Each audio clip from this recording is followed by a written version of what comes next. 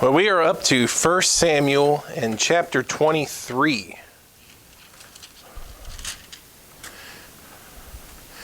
First Samuel chapter 23. For those that may not have been here last week, we were able to cover all the way through chapter 22. We saw David finally with a small group, a few hundred men start to rally to him. It's not what people would consider the most impressive of a group. It's the discontented, the indebted, those that were in distress of spirit, and yet they have found a captain in David, someone that they feel that they can relate to, and they have rallied to him. They've come to his side. Now Saul is still on the hunt. We are in this stretch that's considered David's exile through this run of chapters here. Saul is starting to show his true colors. We already know that he really despises David and wants David dead. Now he's actually ordered the death of the priest, Ahimelech, and those that he believes were a conspirator against him. Anybody that's deemed as trying to help David isn't safe now. Tonight in chapter 23, David's exile continues, and Saul continues his pursuit after him. So we're going to see a little bit more of this tonight. The chess match kind of continues with David on the run and Saul trying to hunt him down. Number one, let's talk about David and Keilah. David and Keilah. If you're curious on how to spell that, it's in verse number 1. It says, "Then they told David, saying, Behold, the Philistines fight against Keilah, and they rob the threshing floors. Word comes to David as he is on the run and with his small group that the Philistines have attacked an Israelite city." Now that's kind of an interesting thought. Why didn't they go to Saul? Now, who would you think is really responsible for the protection of Israel? Well, you would think it'd be the king, right? It would be the king of Israel. They don't go to Saul. They go to David. Saul is a little more preoccupied with David than anything else right now. There are some things that are kind of left undone as Saul really worries and tries to pursue after David. Now, Israel should be thankful that God was raising up a king that was not like Saul, that actually cared on these kind of things. Because look here in verse number 2, David inquired of the Lord, saying, "Shall I go and smite these Philistines?" And the Lord said unto David, "Go and smite the Philistines and save Keilah." That shows the wisdom of David and in his heart after the Lord. Now, David could have done a couple of different things, right? He could have heard the bad news. He could have heard that an Israelite city was attacked, and he could have run and just foolishly dove in headlong without any prayer, without any counsel, without any thought. He doesn't do that. Now, on the opposite side of that, some would think that David could probably just say, well, you know what? That's not my job. You know, Israel has a king. Israel has someone, a king and an army that's responsible to defend them. He could have said, that's not my problem. Talk to Saul about it. Now, he doesn't do that either. David, in his wisdom, prays. He seeks the Lord. He inquires of the Lord. Lord, should I go? Should I get involved in this fight?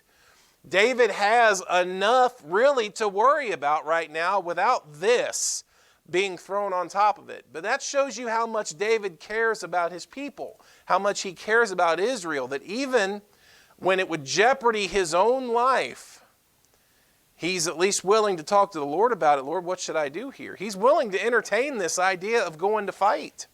And the Lord says, yes, go and fight.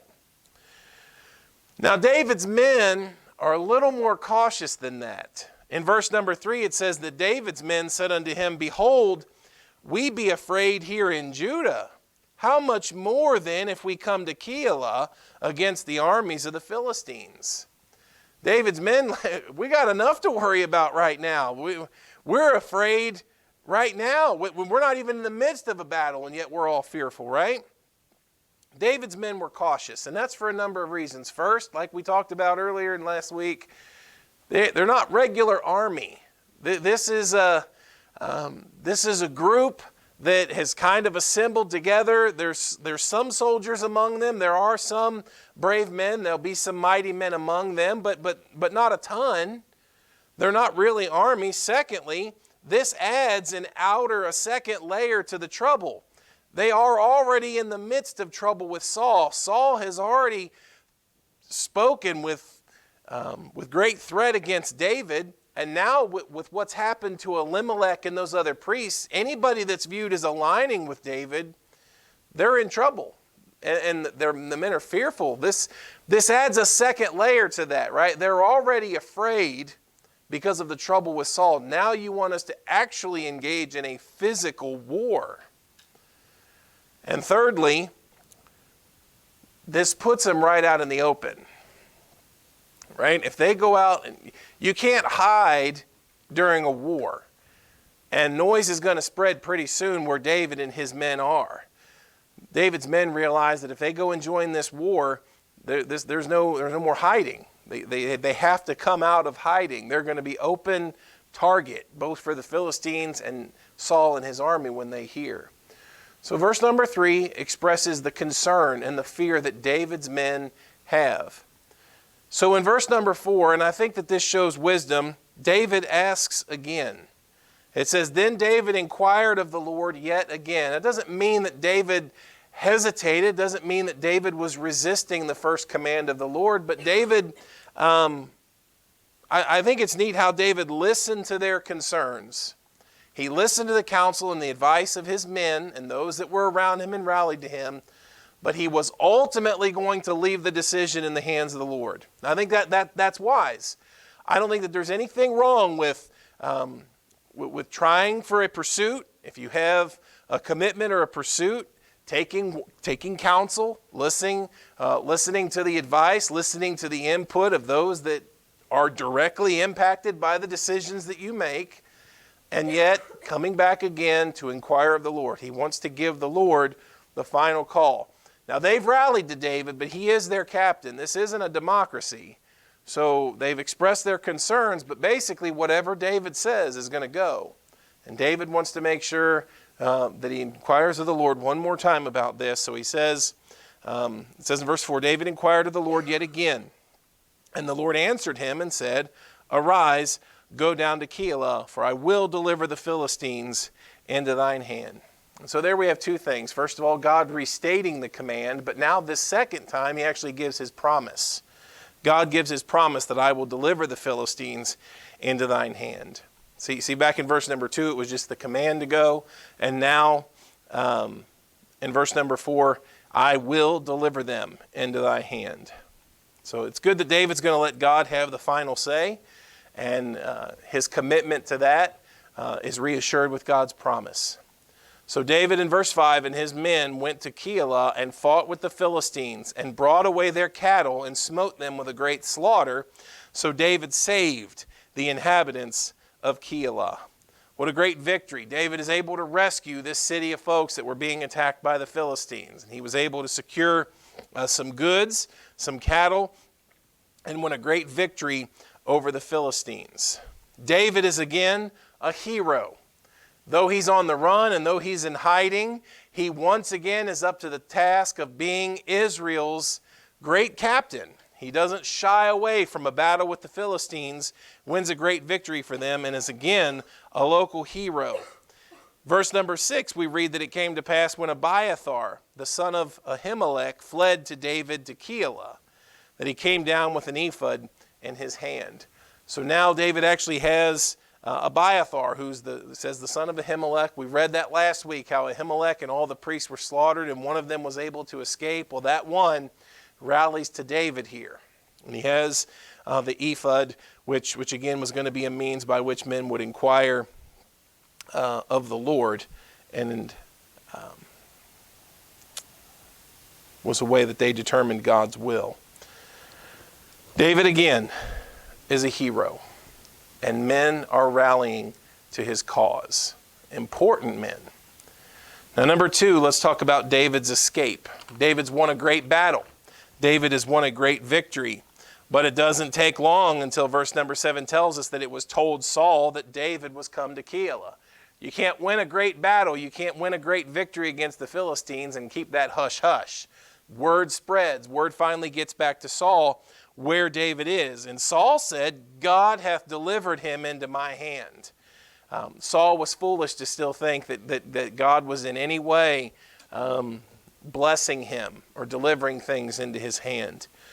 But he feels confident that God's delivered him into my hand. He is shut in by entering into a town that hath gates and bars. Whatever this town of Keilah was, and you can check out on a map, it was a little north and east of Gaza where the Philistines were located, and just a little bit south from the cave of Adullam where he was previously. But Saul's familiar enough with this town to know that it's like a town that's kind of walled, or whether that means physical walls or gated in some way by hills or some way, they're easy to trap. And Saul has a plan that while he's in this city, he's going to entrap him. He's going to trap David and the men that are there. He is shut in by entering into a town that had gates and bars. And Saul called all the people together to war, to go down to Keilah to besiege David and his men. That's weird, the language again. Saul prepares for war. That not against the Philistines, this is against David. Saul is preparing, and the Bible says war against, really it's directed against one man, and then the group that was following him, which is still limited in just the hundreds of people at this point. So in verse number 9, David knew that Saul secretly practiced mischief against him, and he said to Abiathar the priest, bring hither the ephod. Again, there was going to be an inquiring to the Lord, a request. Verse 10, it says, Then said David, O Lord, God of Israel, thy servant hath certainly heard that Saul seeketh to come to Keilah to destroy the city for my sake. Will the men of Keilah deliver me up into his hand? Will Saul come down as thy servant hath heard? O Lord God of Israel, I beseech thee, tell thy servant. And the Lord said, he will come down. And then said David, will the men of Keilah deliver me and my men into the hand of Saul? And the Lord said, they will deliver thee up. David's prayer to the Lord, his inquiring of the Lord, is basically twofold. Is the rumor true? What I've heard about Saul, is he really coming down to get me? Is he going to come down and entrap me and my men in this city?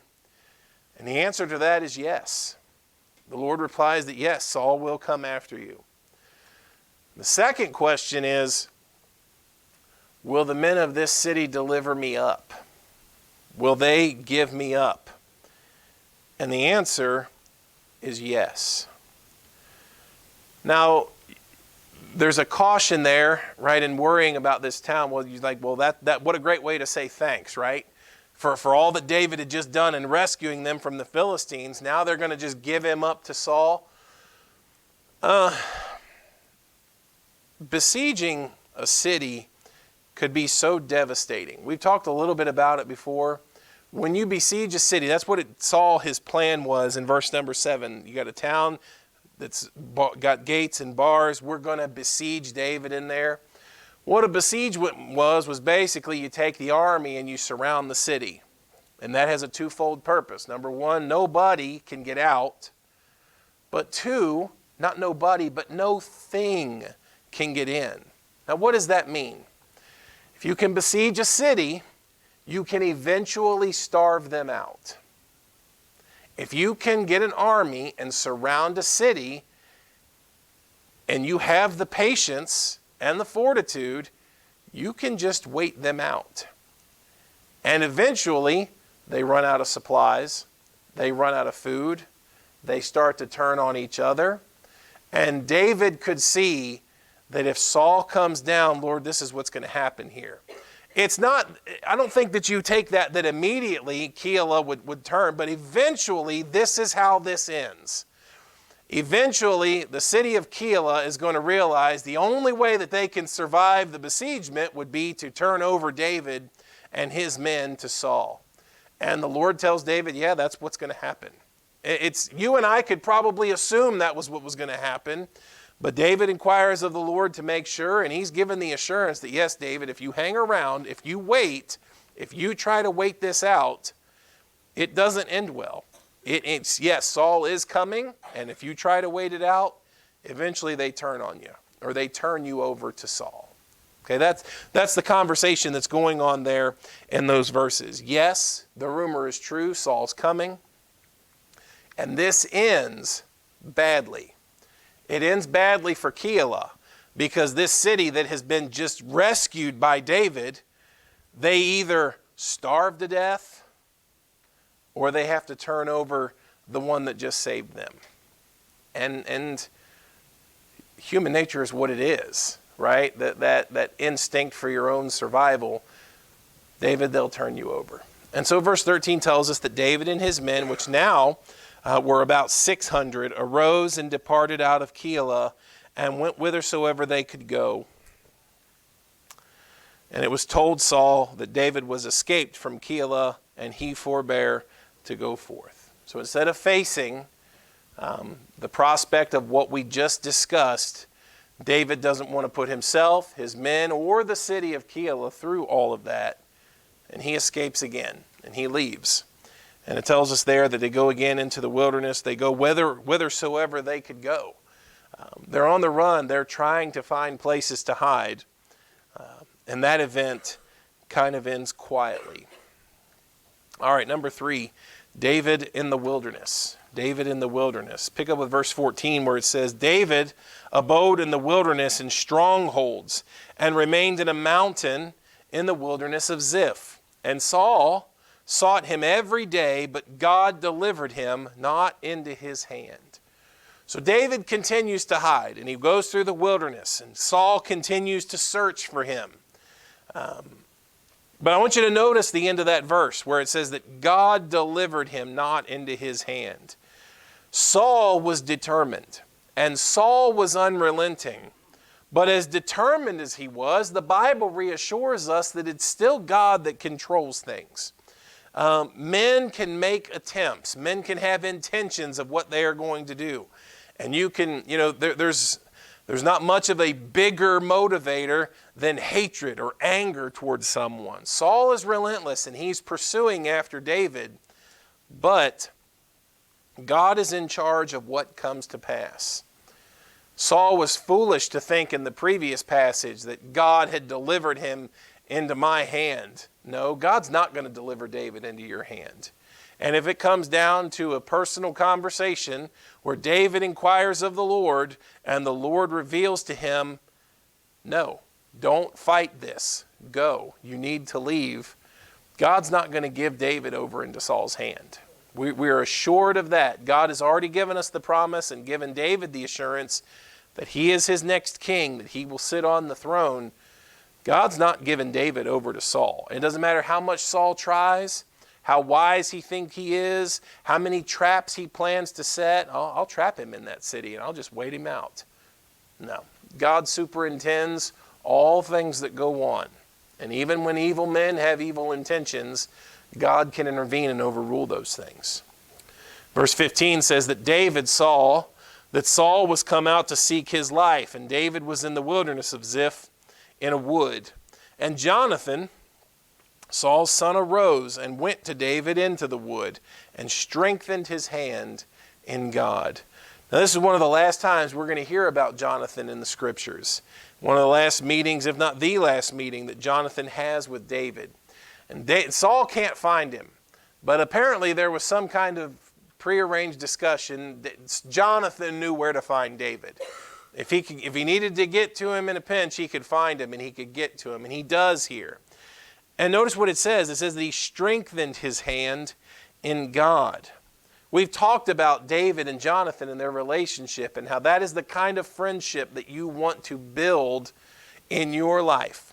That it's nice to have a friend like that. Someone who, when they come to you in your time of distress, in your time of worry or fear or loneliness or whatever the case may be, someone who will strengthen you and encourage you in the Lord and His Word and God's promises. And that is the kind of friend that Jonathan is to David. Okay, this is not an easy time for either one of those. But it's good to know that when they get together, there's an attempt to at least encourage one another in the Lord. They don't just waste all their time talking about the weather and sports. They enjoy encouraging one another and strengthening each other in the Lord. Those are the best kind of friends. And he said unto him, verse 17, fear not, for the hand of Saul my father shall not find thee. And thou shalt be king over Israel, and I shall be next unto thee, and that also Saul my father knoweth. It is now clear to many people, God is protecting David. Jonathan says with a surety something that you and I might not have said. Dad's not going to find you. How does he know that? It has become clear to Jonathan, and as Jonathan reveals, it's even become clear to Saul. You're next. You're the next king. You're going to be the next king, and even my dad knows it. And Jonathan feels a surety. Dad's not going to find you. And he tries to encourage him in that, right? Fear not. That's a trust. There's an encouragement there in the trust and the hope of God's promises. God's anointed you to be king. And now it's becoming known. It's like it's evident now. Saul, in every attempt, he's just a step behind David. It's evident now. God is protecting David. And Jonathan knows, don't fear. The hand of Saul my father shall not find thee. You will be king. And notice what he says in verse 17, and I shall be next unto thee. David, I'm with you. And when you're made king, I'll be right there with you. I'll be right there behind you. Now that doesn't happen that way. But that was Jonathan's intention. That God's going to protect you, and the day you become king, I'm going to be right there behind you. And you know what? Dad knows. Dad knows it. And verse number 18, that says that the two made a covenant before the Lord, and David abode in the wood, and Jonathan went up to his house. Another covenant between these two. No matter the incentive that could be laid before Jonathan to turn against David, he never does. He continues to show a loyalty to him, even when physically, as we've discussed, it seems like it's to his detriment. But he makes an agreement. He continues in the covenant that they had made. Jonathan is a loyal friend. Now, I wish everybody were as loyal as Jonathan, but not everybody's as loyal as Jonathan. Verse 19, it says, then came up the Ziphites. Now, who are they? Well, it says there in verse number 14 that David is dwelling in the wilderness of Ziph. So those people from there are called Ziphites. Then came up the Ziphites to Saul to Gibeah, saying, doth not David hide himself with us in strongholds in the wood, in the hill of Hachilah, which is on the south of Jeshimon? The Ziphites come to Saul. We know where David is. And they betray him. These Ziphites betray David. Now, what their motives are, we don't know. Do they just not like David? We don't know that. It doesn't say that. Are they afraid? You know, the last time David's gotten a lot of people in trouble. And if David is in our country and we know it, we better speak up. Was that their motive? I don't know. But they do betray David and are willing to betray his location. It says in verse 20, now therefore, O king, come down according to all the desire of thy soul to come down, and our part shall be to deliver him into the king's hand. We'll give him to you.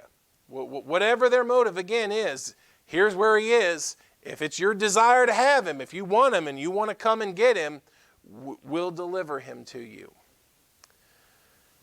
A betrayal. Now, this story is the occasion of Psalm number 54. If you would turn there real quick, Psalm number 54.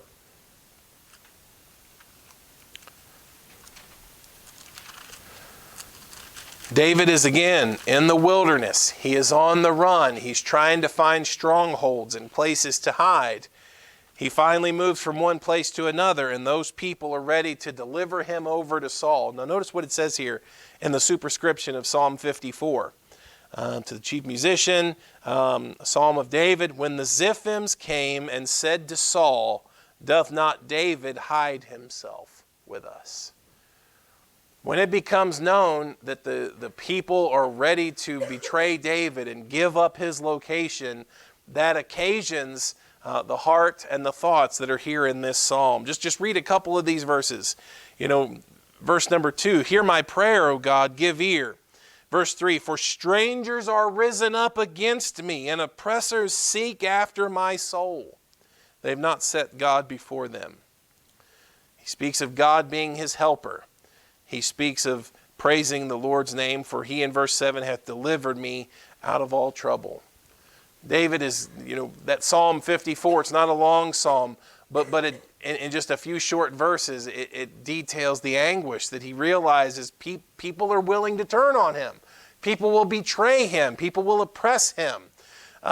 They haven't set the Lord before them. They don't see that I'm in the right on this. They don't see that I'm the one pursuing the Lord. Saul's not. Saul's the one in the wrong.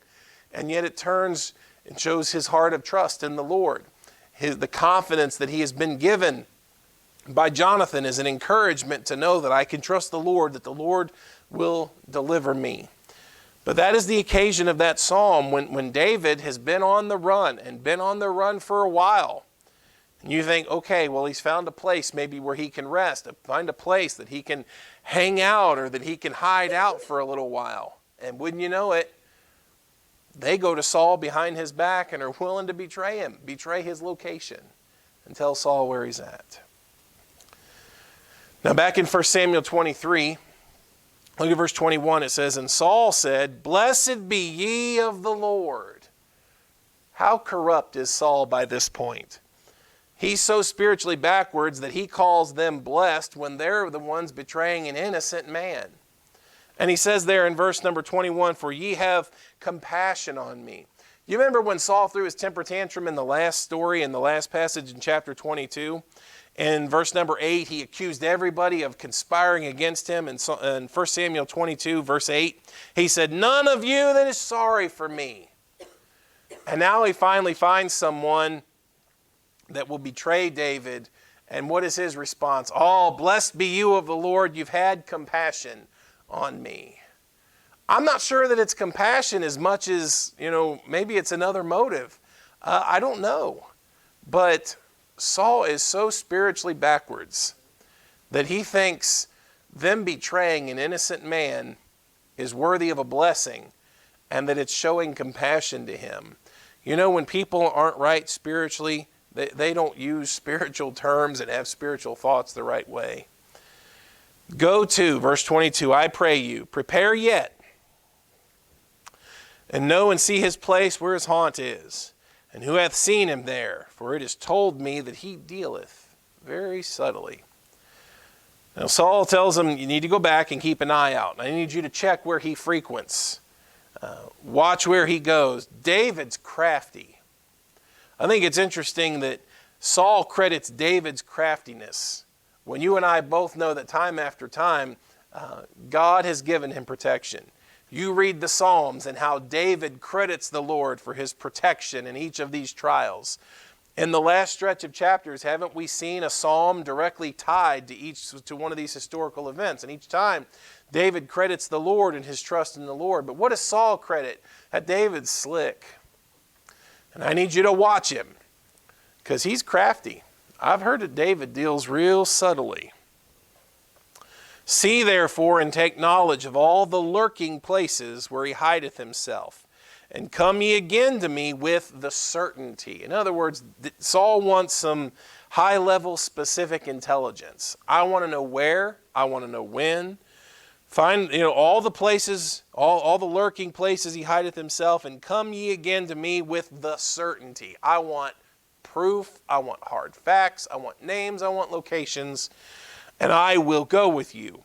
And it shall come to pass, if he be in the land, that I will search him out throughout all the thousands of Judah.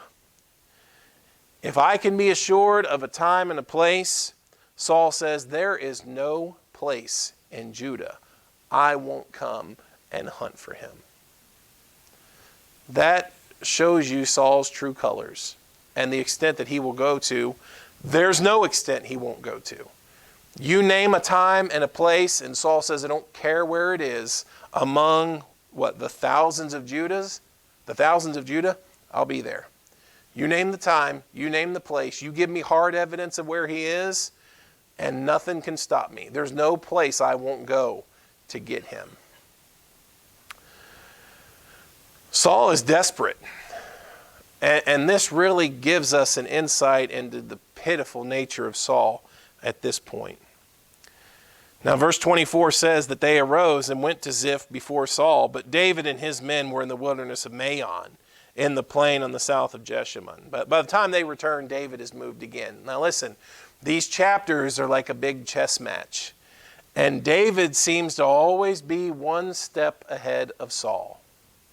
Right? Every time Saul thinks he's got him cornered, every time somebody's willing to turn on him, every time David seems like he just gets just one step ahead of trouble. In verse 25, it says that Saul also and his men went to seek him. And they told David, wherefore he came down into a rock and abode in the wilderness of Maon. And when Saul heard that, he pursued after David in the wilderness of Maon. David leaves Ziph.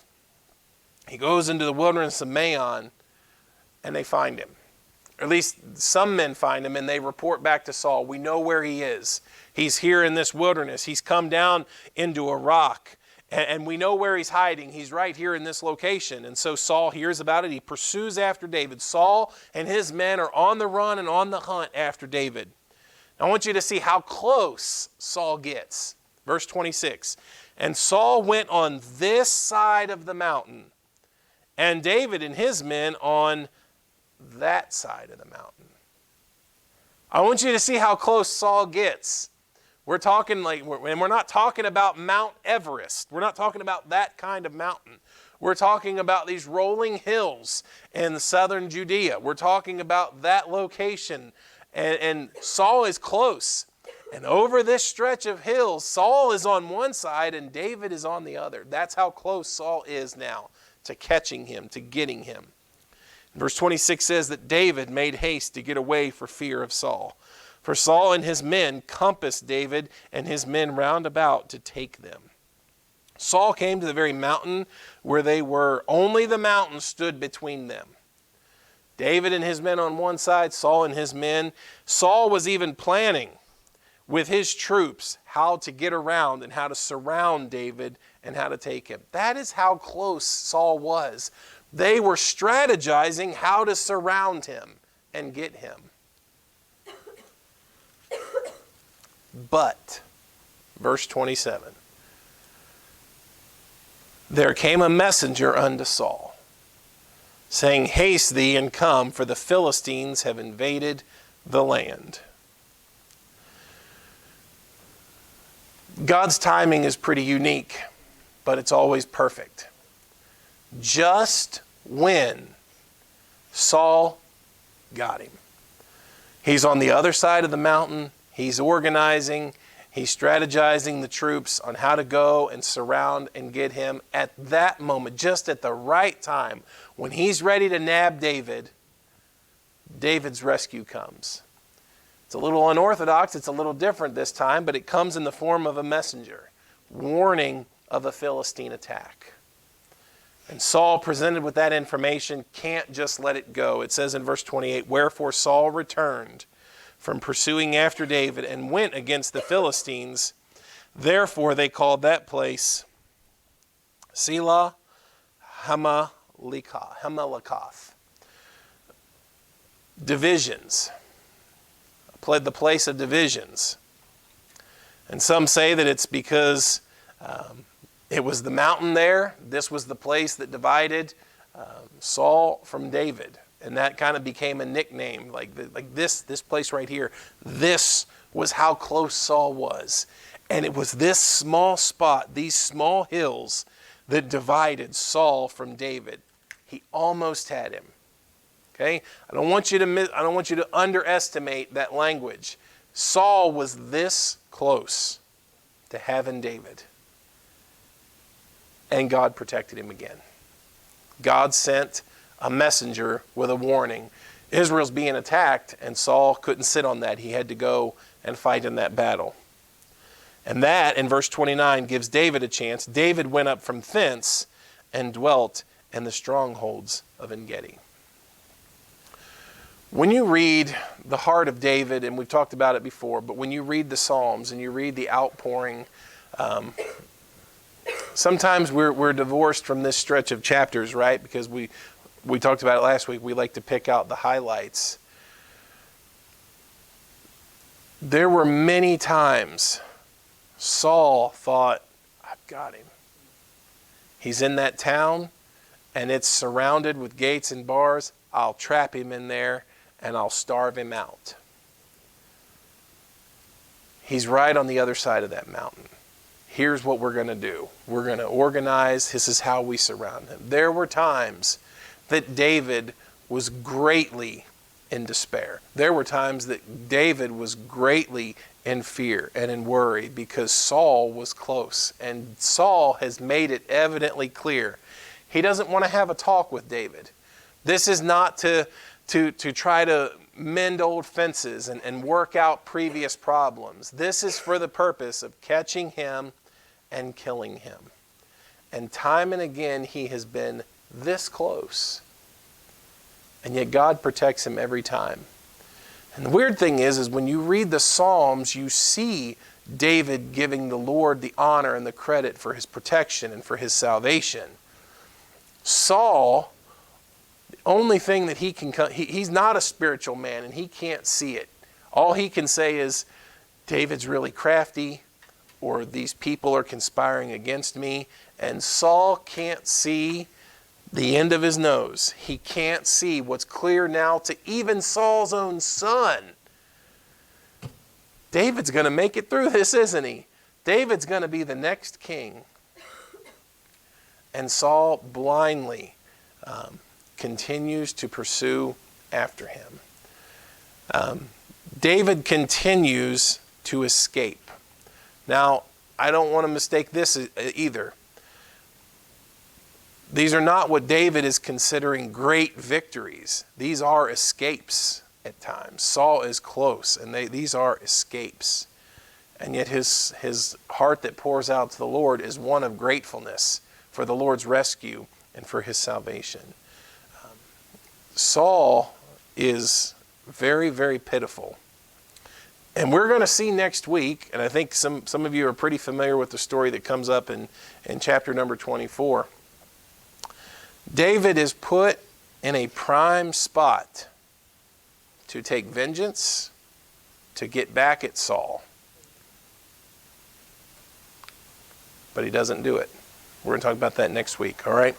Let's be dismissed tonight. Let's have a word of prayer. Father, we're grateful. We are thankful